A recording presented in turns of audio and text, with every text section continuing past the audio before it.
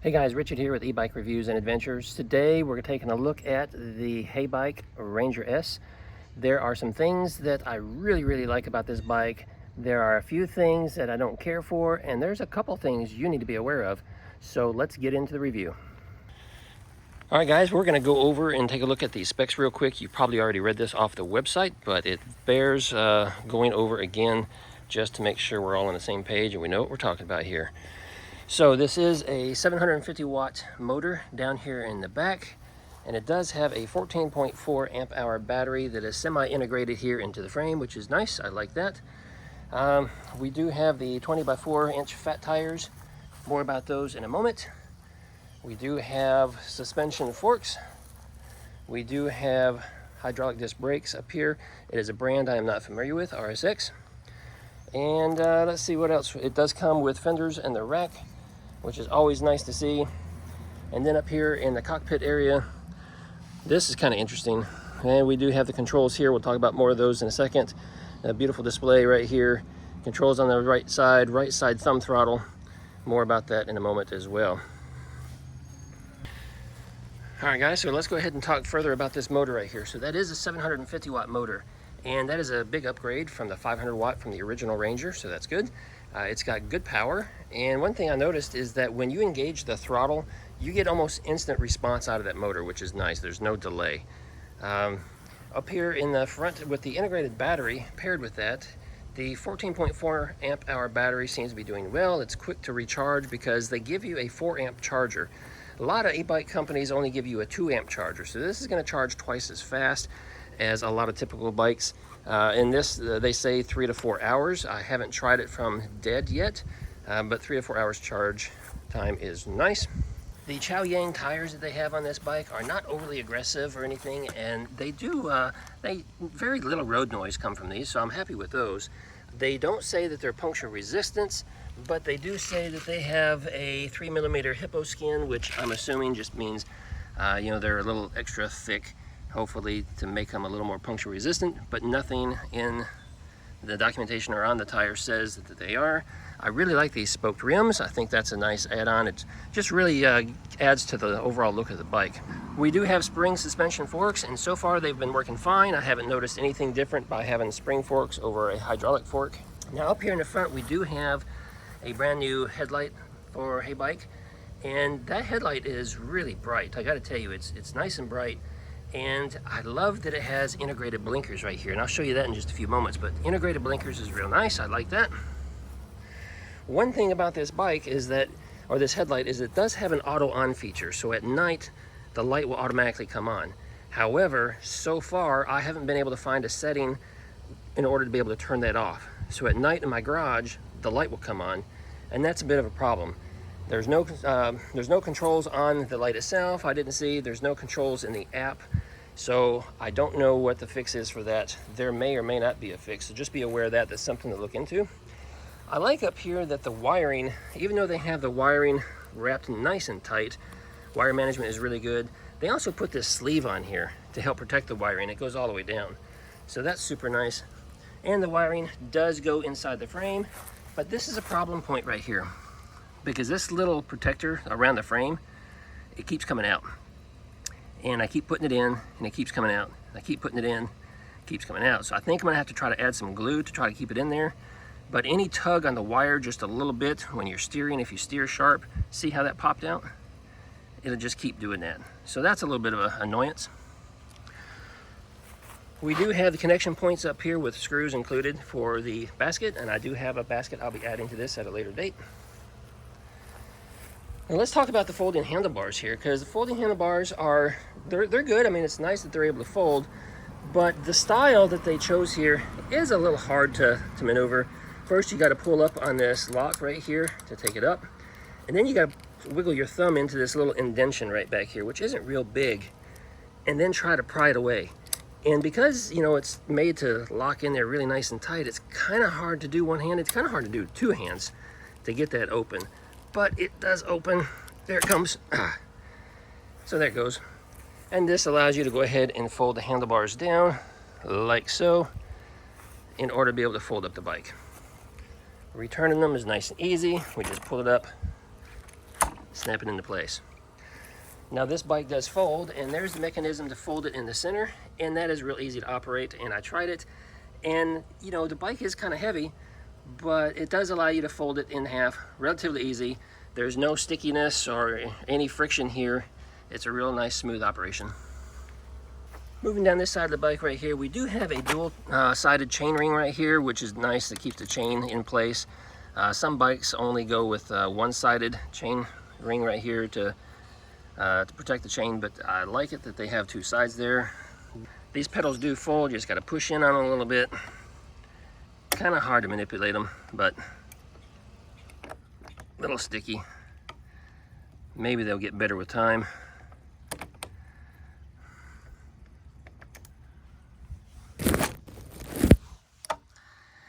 So these pedals do fold, but not real easy to manipulate because there they go.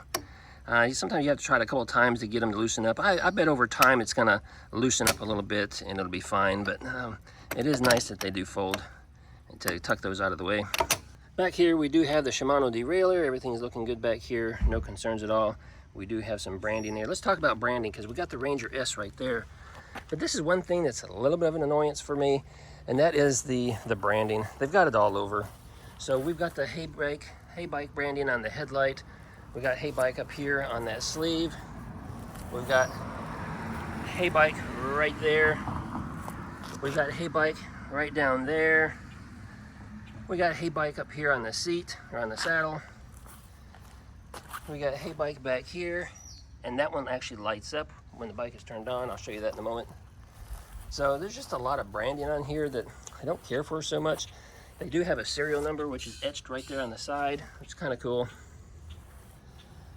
So plenty of things to like, plenty of things to not like so much. The seat post is adjustable, and I've also got markings on the seat post to make it easier for you to find the correct height for you. The rack on the back overall is a little small compared to some other bikes, but nonetheless you get a rack, and so that's kind of cool.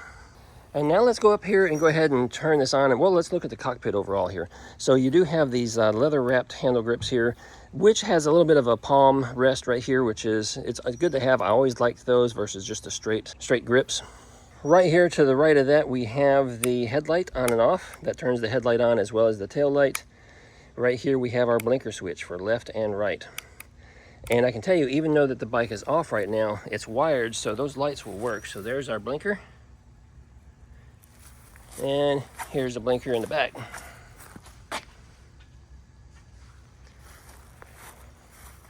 You do need to remember to turn that off because there's no indication on the display to tell you that you left your blinkers on. Horn is not overly aggressive, so that's pretty good right there. And the button pad is real nice. It's really nice, somewhat soft touch pad. We'll just go ahead and get this thing fired up here, show you how quickly this moves up. There we go. We got all the information we need on the display there, and it's easy to go ahead and change the pedal assist settings right here at the very top and at the very bottom. Moving over here to the right side, we have the typical Shimano 7-speed shifter right here, thumb shifter that everyone's very familiar with, and we do have a thumb throttle. Now here's something about this thumb throttle.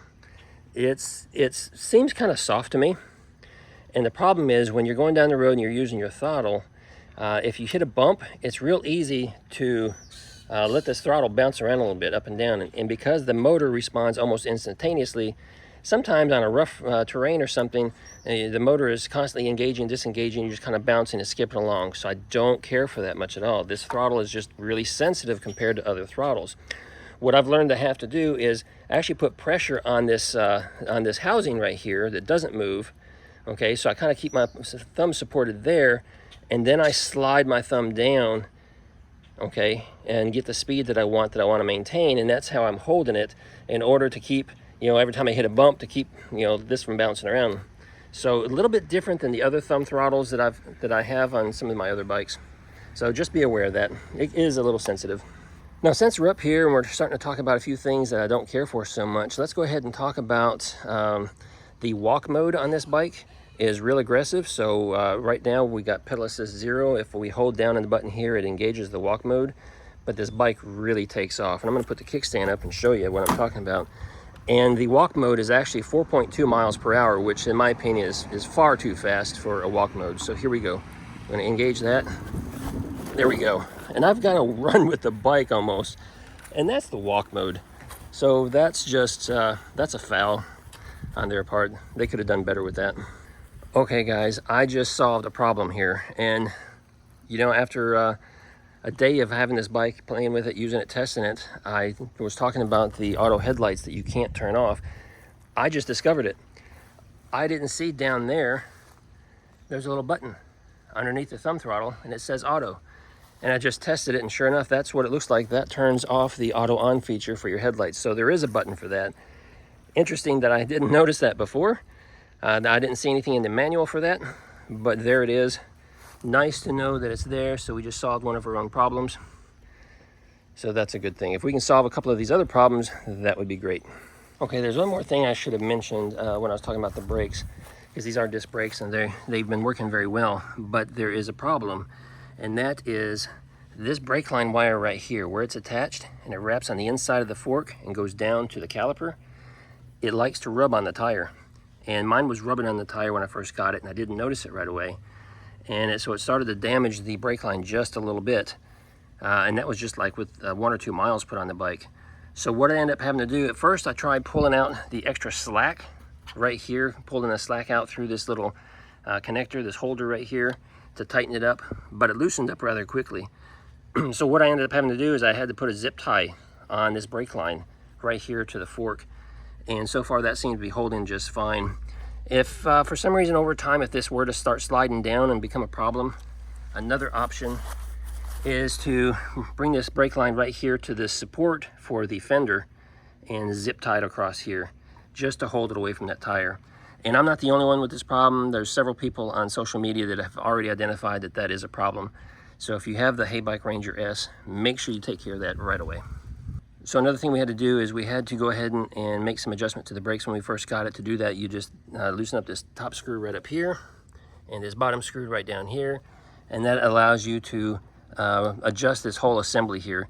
And what you're looking for is to make sure that you have, you know, a little bit of gap between the disc there and the brakes on either side.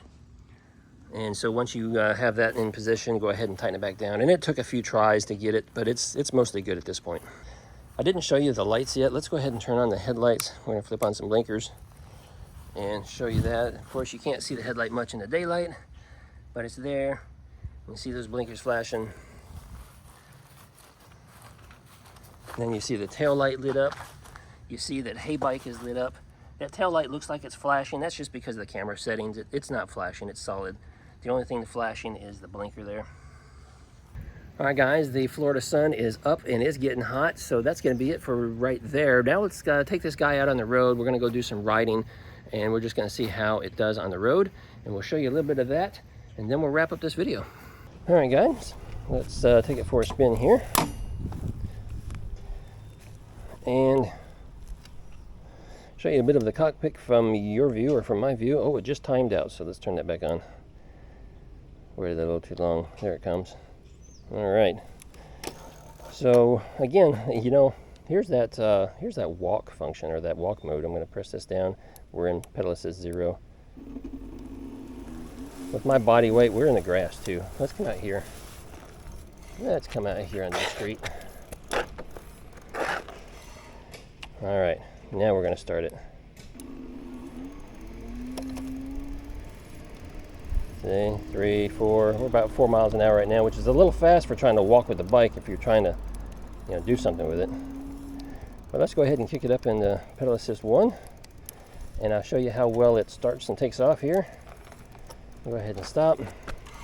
This will be throttle only right here. We'll let the miles per hour zero out. There it goes. So this is throttle only, pedal assist 1. And I've got it set right now to, what, about 8 miles per hour, I think? Yeah, 8 miles per hour. And remember, in the app, you can adjust this. So if you want pedal assist 1 to be, you know, 10, 15 miles an hour, you can certainly do that.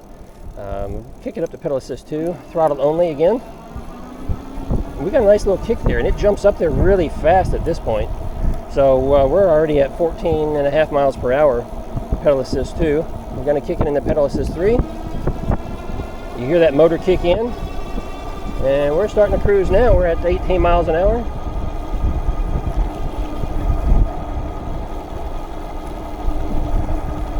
And 4. 20.5. Hello. Let's go back up there.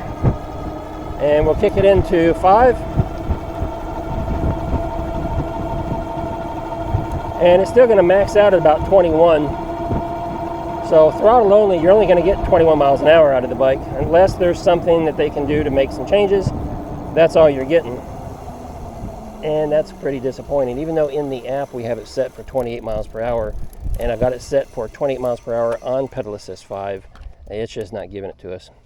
Let's go ahead and go back down to pedal assist 1, and this time we're going to go ahead and just not use the throttle. We're just going to pedal here and get this thing started. So there's almost a full rotation. It kicks in, and this is just a nice little putzing around cruising speed. And we're going to kick it up to 2, and we got really nice pick up and go right there. Pedal assist 1 is really kind of slow and gradual, which is good, you know, kind of get you started. But then 2 is more aggressive, and then 3 is also a little more aggressive too. Now we're almost doing 18 miles an hour, and you can probably see my legs there and just how fast they're moving. No ghost pedaling at this point, but you know, you're moving pretty quick, moving those legs to keep up with it. And there's 4. I'm starting to get a lot of ghost pedaling at that point, and I just can't do much over 20 miles per hour. So anything over 20, it's just going to be throttle. But on the throttle, you're limited to 21, right? Or 21 and a half, so that's really a bummer. Overall, I really like how the bike handles. I mean, it's zippy, it's fun.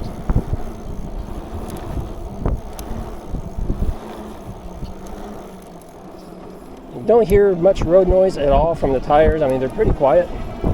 You do hear the whine of the motor when it engages.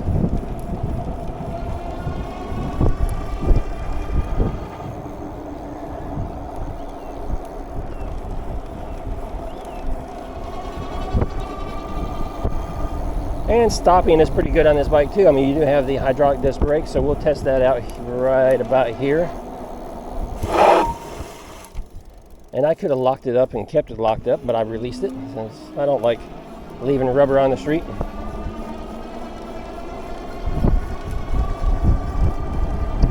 But this is a fun bike. I mean, don't get me wrong, it's got a couple of issues, but it works well, and I'm really enjoying it. So let's talk about whether or not it's a good value for what you get here. We're going to go ahead and move this camera up so you can see a little bit better now. Let's talk about this bike. Is it a good value for what you get? What is it? It's $1,400 or $1,500, $1,499. And you know, if you're looking for a bike that's got more range because it's got a bigger battery, you're going to be spending $2,000. So where they kind of cut the cost to keep it in that $1,500 range is the battery. And maybe the hydraulic forks, because this does have spring forks. The brakes are hydraulic, which is great. Everything else about the bike is real nice. So I think it's a good value, in my opinion, based on other bikes that I've looked at online, some of the bikes that I've owned, some of the bikes that I've tested. And that's probably what a lot of you are thinking. Hey, you know, is it a good bike? Should I buy it? Well, you know, it depends, because the speed could be an issue. If you're hoping to get 28 miles per hour out of this bike, chances are there's no one that's going to be able to pedal that fast to get 28 miles out of it. And right now you're only going to get 21.5 out of the throttle. So that's the biggest bummer for me at this point. Some of the other small things I can deal with. I don't use the walk mode function, so I don't care that that's aggressive. Oh, by the way, you can't change that in the app. There's no setting for that, so it is what it is. You know, the brake line rubbing against the tire, we already fixed that with a zip tie. That was a minor thing. That's not a big deal. So, you know, even though it's kind of sounds like there's some issues with the bike, and there are a few little issues with the bike, I still think it's a great bike, and so far it's a lot of fun to ride. I like the T handlebar. You know, if you've been on my channel before, you know I really like the Mach Wheel Scoria a lot, and the Mach Wheel Scoria has the U-shaped or the BMX style, you know, handlebars, I guess is what they would refer to. So this one is really similar to the Scoria in a lot of ways, but it does have the T handlebar, which makes it folding. And you know, they're marketing this as, you know, great for people who are traveling in RVs because it does fold up so nice and easy. And it does. I mean, it's other than the weight, it does fold up to a pretty small compact size. So that's a huge benefit. For my needs, I really don't need it to fold. Unless I need to carry a lot of bikes with me somewhere and I need to fold them up to make space in my truck. You know, that would be a benefit, but that would be about it for me. If you notice, we're not, you know, I didn't mess with the gears over here, the Shimano shifter. And typically I don't. I leave it in the highest setting all the time because we got that cadence sensor, and it's unnecessary. So I haven't messed with that. I'll be doing a range test soon just to see exactly what we can get out of this bike. And for me, I do like going on longer rides, so I do wish the battery was a little bigger, but you know, 14.4, that's still pretty good. And you're going to be able to get you know, 25, 30, you know, 35, probably realistically, again, depending on your body weight, depending on your riding conditions, if you have any hills or not. So there's a lot of factors there.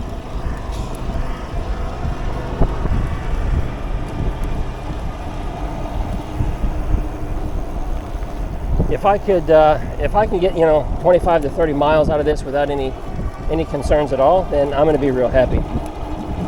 So far with our testing, I've only gone about 8 miles per hour. Or excuse me, I've only gone about 8 miles so far with my testing. And you know, we have lost 2 bars already. So I've still got 4 bars left. And you know, yeah, just a little indicator there. But again, it's how I ride the bike versus how other people ride the bike. I like going fast, so I'm oftentimes pushing it. Let's talk about the color real quick too. So the color on this is called metallic sand. But really, it's like a gold color. But the pictures on the website, at least looking at them with my computer screen, they're spot on. It's what you see there is what I got as far as the color. And so I was happy with that. They've got a couple other colors as well that are real nice. And that's one of the things I like about manufacturers that step outside the box and do things a little different. And I like this one. Move, bird.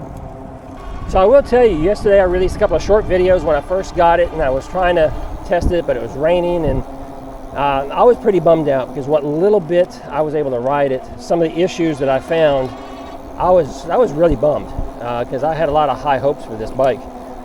But now that I've been able to ride it for a little bit more, we're able to take care of a couple of the little issues. You know, the auto-on headlight is now fixed. We found that setting. Although,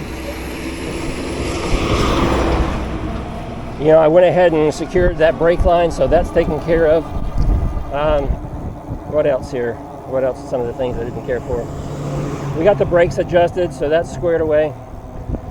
So, you know, a lot of the things that were kind of bumming me out yesterday are not bumming me out today because it's working well. All right, so we're going to turn because we don't want to be there. If you can see what's going on, we're going to avoid that and go back down the sidewalk over here. So let's do this. So we were just riding through some rough terrain right here, and you know, that front suspension is doing a pretty good job. That's really rough right there. It was doing okay. This seat, let's talk about the saddle. The saddle is pretty decent compared to some of the other bikes that I've tested. There are some saddles that are just really firm. And even though I'll probably still swap out this saddle for a different saddle, and I'll probably also add a suspension seat post because I do that for all my bikes, this saddle so far isn't terrible. It's not bad at all. I'm not getting you know, sore on my backside from the riding we've been doing so far. I'm not ready to go back yet, so this video might be a little long, but we're just going to go down the sidewalk this way. Oh, here's something else, a problem that I had. The assembly process was, I was filming the assembly, but I kept having some problems, so finally I just had to turn off the video and focus on trying to get it put together versus trying to make a video of me putting it together. So I don't have that footage. I've got a little. But putting the front tire on was kind of difficult, and it shouldn't be. You know, I've assembled quite a few bikes now, and they go on quite easily. But part of it is they got it all designed, and I guess it's so precise that there is no wiggle room at all for you to be able to squeeze the fork on to the axle of the tire, and it just makes it hard to get it into place. And I struggled with it honestly for close to 30 minutes before I was finally able to get it on. So there was that, but the rest of the assembly was pretty good. Packaging in the box was really well. Really pleased with how they packaged everything. The instructions are not the greatest, but that's kind of typical of all e-bike manufacturers. There's a couple of steps there that they kind of left out that didn't show you detail on. Kind of like when you had to put on the handlebars. When you get ready to put the handlebars on, the tube head down here, there's actually a sleeve that needs to come off, and you discard it. And if you don't realize that, you're going to say, hey, you know, the handlebars don't fit. So just be aware that there's a sleeve there you have to take off and discard. And then you're able to put the handlebars onto it. All right, so I've gone 11 miles, and mostly throttle only, just because I like going, you know, 20 miles an hour or so. And it's just kind of hard to keep up with this bike at 20 miles an hour trying to pedal. So I'm mostly doing throttle only. And we just dropped down to 3 bars. But now that we've stopped, we're back up to 5 bars. Go figure. Okay guys, that's going to be it for this video. You know what, I'm overall very happy with the Ranger S, and I think you would be too, overcoming just a few small issues that the bike has. But yeah, if you have any questions, drop them down below and I'll try to get you answers. There'll be more videos coming out real soon because I'll do some modifications to it. I'm going to do some adventure riding with it. We'll do a range test. So there'll be more information coming out about this brand new bike. And yeah, so make sure you subscribe if you're new here, and give me a thumbs up if you appreciate this video. And if you consider buying the heybike Ranger S, please consider using the affiliate link down below, because that does help this channel to grow, and I appreciate the support. And until the next video, ride safe.